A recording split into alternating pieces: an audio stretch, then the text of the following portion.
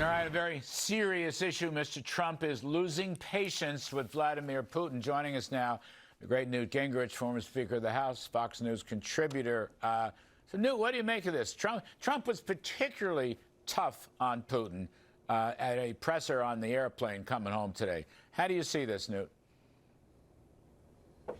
Look, I think that for some reason, Putin believed that Trump was like Biden or like Obama, that he could push him around, he could lie to him. Much of it's been blatant, where Putin will talk nice in the morning, and that evening they'll bomb, an orphanage or a hospital or a senior citizen home, and somehow we're supposed to be too stupid to realize that we're basically having a Russian dictator who has contempt for us. Well, that's a huge mistake if you do that to Donald Trump, because he's not Obama, he's not Bill Clinton, he's not Joe Biden, and I think what you'll see in the very near future is very dramatic increase in sanctions, and I suspect you're going to see a very significant increase in both the flow of weapons and in targeting accuracy to allow those weapons to be used inside Russia. And I think that President Trump is very reluctant. He did not want to do this. He wanted to find a way to get to peace. He does not want to be involved in wars. But I think he reluctantly concluded that the only thing Putin will respect is overwhelming strength. And frankly, if you need overwhelming strength, Donald Trump's a pretty good guy to have as your president. So many people talking about the sanctions, secondary sanctions, the tariffs and so forth. But the weaponry that you mentioned, which came out of the NATO meeting, is not as much talked about. But I would think Putin would respect that even more. I just wonder, what is the inside story? I mean, we're helping a military buildup. It's not our boots on the ground, but we're helping a military buildup for Ukraine. Do you think that will matter? Do you think Putin will respect that? Well, he'll respect it if it begins to hurt him. I mean, look, Putin is a very tough, realistic, KGB-trained policeman. I mean, people need to understand, you didn't get to be a leader in the KGB by being soft or stupid.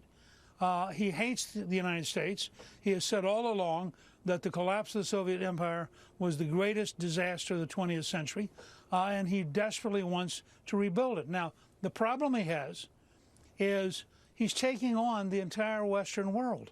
All the Europeans have now unified against him, and he's finally pushed President Trump enough that President Trump will do things. And Larry, look, you know much more about this than I do, but my hunch is if you go to very strong secondary boycotts, you can cut off an amazing amount of resources and almost create a heart attack for the Russian economy if at the same time they start having very sophisticated weapons landing inside Russia, beginning to take apart the Russian military complex.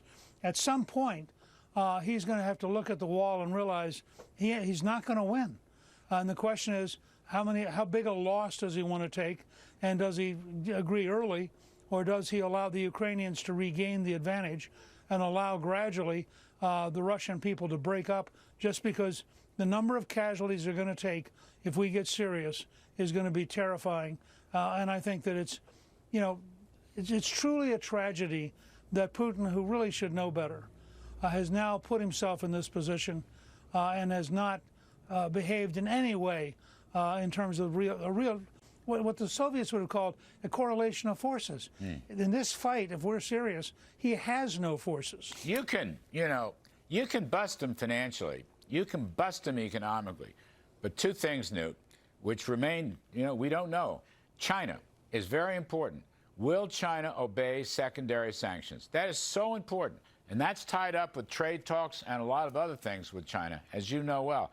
I don't know what China's going to do. By the way, India is helping Russia also, and some other real countries. But China's the key. The second point is the Europeans are sitting on half of the Russian central bank reserves.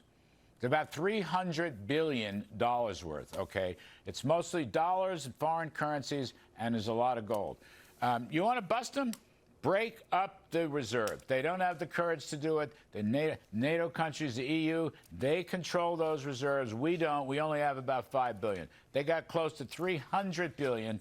That's where you can break them. Those were the Russian family jewels. You take that stuff away, they're finished. I'm telling you, they're finished. You enforce the sanctions and frankly, take away the reserves, they're finished.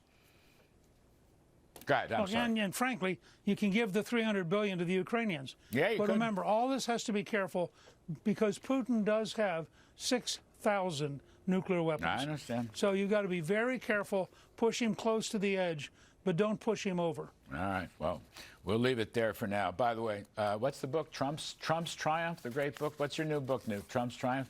We should have put it up on the full screen. Trump's Triumph, America's Greatest Comeback. My pleasure. America's greatest philosopher, Newt Gingrich. Thanks for coming on. All right.